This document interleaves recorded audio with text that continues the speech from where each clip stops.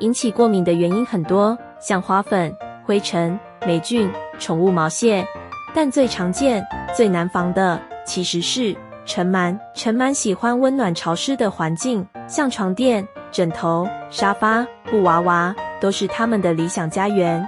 而真正让人过敏的是它们的尸体和排泄物。当温度超过25度，湿度高于 60%， 尘螨就会大量繁殖。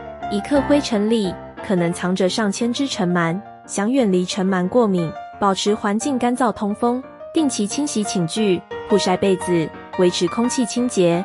使用能捕捉微粒与电浆电离分解过敏源的空气净化设备，让呼吸变得轻松，过敏自然减少。